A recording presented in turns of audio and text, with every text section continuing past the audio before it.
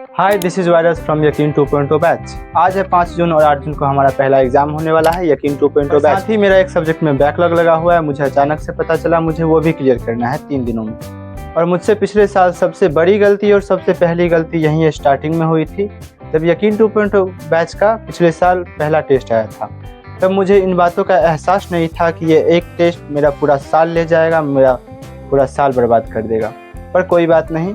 तो चलिए वीडियो में आगे बढ़ते हैं और हम सबसे पहले बात करते हैं एमआर सर से, जो हम फिजिक्स पढ़ रहे थे उन। तो बेसिक मैथ्स में टोटल 15 लेक्चर था और हमने पूरा 15 लेक्चर कर लिया है। और सबसे बड़ी बात कि इसमें क्वेश्चन प्रैक्टिस करने के लिए शॉर्ट दिए हुए थे 150 के अप्रॉक्स क्वेश्चन, जिसमें से हमने 75 क्वेश्चन किया है और कर लेंगे। और उसके बाद वेक्टर का जो लेक्चर है मैंने एक कर लिया है, दूसरा देख चुका हूँ। और ये जो है नोट्स है, हाँ, इसे मैं अभी बना रहा हूँ। इन बचे 3 दिनों में शायद मुझे 12 घंटों का स्टडी करना पड़े, तो कोई बात नहीं, मैं करूँगा और उसका शायद एक अलग ब्लॉग भी बना लूँ। तो अब फिजिक्स में बैकलॉग भी क्लियर हो चुका है और क्वेश्चन प्रैक्टिस भी हो चुका है, तो इसका टेंशन खत्म है। बात करते हैं दूसरे सब्जेक्ट की। चलिए अब हम आपको बताते हैं जो हमने पिछले साल सबसे बड़ी गलती कहाँ की थी और क्या की थी, और इसका सॉल्यूशन ऑफ कोर्स बताएंगे। जो पहला टेस्ट है मुझे लगा था पिछले साल, जो मैं बाद में दे दूंगा, कुछ बैकलॉग लगा हुआ है उसे पहले मैं क्लियर कर लेता हूं। पर मैं ये गलती इस साल नहीं करने वाला हूं। कुछ बैकलॉग है पर उसे क्लियर करके सबसे पहले मैं इस टेस्ट को दूंगा।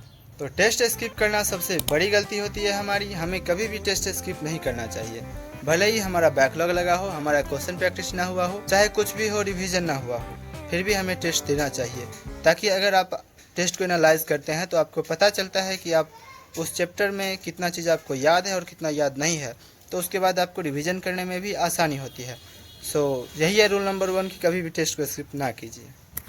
और बात करते हैं अब दूसरे सब्जेक्ट की, जिसमें मेरा बैकलॉग लगा हुआ है और मुझे उसे क्लियर कैसे करना है ये भी। तो आप देख सकते हैं कि हमें समाप्ति मैम से लेक्चर नंबर 6, 7 और 8 पढ़ना है, जिसे कि हमें क्लियर करने में लगेगा किसी एक दिन अप्रॉक्स 6 घंटा लगातार हम पढ़ेंगे और वो क्लियर तुरंत हो जाएगा। तो टेंशन लेने की कोई बात नहीं। ये जो है हमारा नोट्स है, हम समाप्ति मैम से पुराने लेक्चर से पढ़े हुए थे, जो कि यकीन 2.0 का ही है, और हम डिसाइड किए हुए थे कि हमें इन्हीं मैम से पुराने लेक्चर से ही पढ़ना है। तो आज लाइब्रेरी से घर आने से पहले मेरे पास समय था, तो मैंने जूलॉजी का समाप्ति मैम से लेक्चर नंबर 6 पढ़ लिया और उसका मैं नोट्स बना लिया। और उसके बाद क्वेश्चन प्रैक्टिस करने के लिए मेरे पास एक बुक है, बायोलॉजी वर्ड टू वर्ड। हाँ, ऐसा ही एक बुक है, उसमें क्वेश्चन इतना बढ़िया होता है जो आप देखते रह जाएंगे। मतलब पूरा चैप्टर आपको रिवीजन करवा देगा एक तरह से। आपको एनसीईआरटी नहीं पढ़ना पड़ेगा, पर एनसीईआरटी तो हम पढ़ेंगे ही, क्योंकि एनसीईआरटी कितना ज़रूरी है ये आपको भी पता है, मुझे भी पता है और एनटीए को भी पता है। मेरा जूलॉजी का भी कंप्लीट हो जाएगा बैकलॉग 1 से 2 दिन में क्लियर, एग्ज़ाम से पहले कर दूँगा। ओवरऑल हम बात करते हैं हमारे टेस्ट का जो सिलेबस है, उसमें जो बेसिक मैथ्स है वो मेरा कंप्लीट है। क्वेश्चन प्रैक्टिस कुछ क्वेश्चंस का करना बाकी है, बाकी बात सब कंप्लीट है। और बॉटनी मेरा कंप्लीट है, क्वेश्चन प्रैक्टिस भी हो चुका है। जूलॉजी में बैकलॉग है, 2 लेक्चर का बचा हुआ है, वो मैं कंप्लीट कर लूँगा।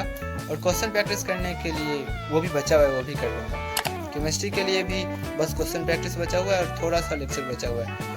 वैसे तो पूरा मुझे पता है ही, पूरा पढ़े हुए हैं, ड्रॉपर हैं, तो लेकिन फिर से पढ़ना, बस लास्ट बार लेक्चर देखूंगा। अब की बार लेक्चर दोबारा कभी भी नहीं देखूंगा, नोट्स देखूंगा, रिवीजन करूंगा बस। तो अब समय होता है हमारे जाने का।